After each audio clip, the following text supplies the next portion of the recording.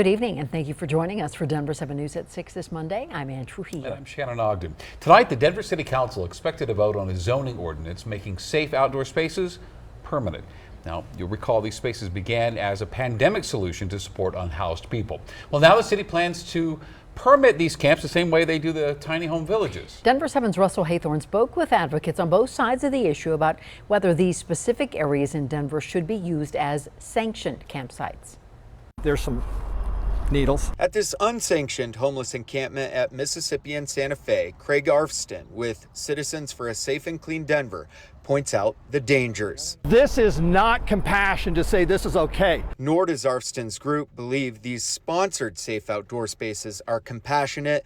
They argue the barrier for entry is too low and bad behaviors like drug use continue even in safe outdoor spaces. Continuation of the safe outdoor spaces, SOS, does not really address the core issue of what you have out here today.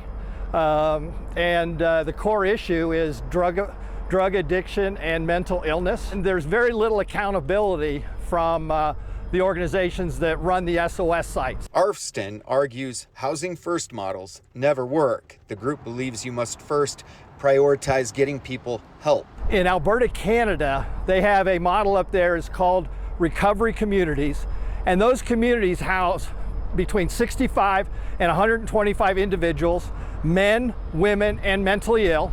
They're there for about a year, and of course there's not 100% success, but that is a very successful model, and it's based around structure and drug treatment. If we had an ideal city, then everyone would be modeling that city. Safe outdoor space advocate and councilman Chris Hines believes the housing first model does work. The data is very compelling. That we've had 540 guests come through the safe outdoor spaces.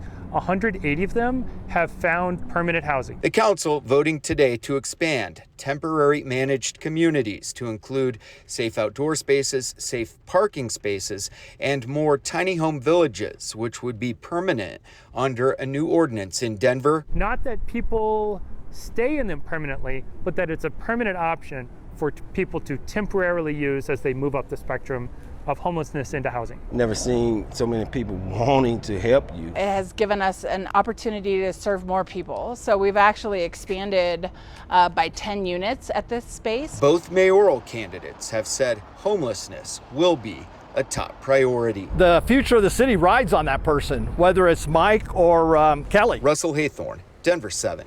And tomorrow is Denver's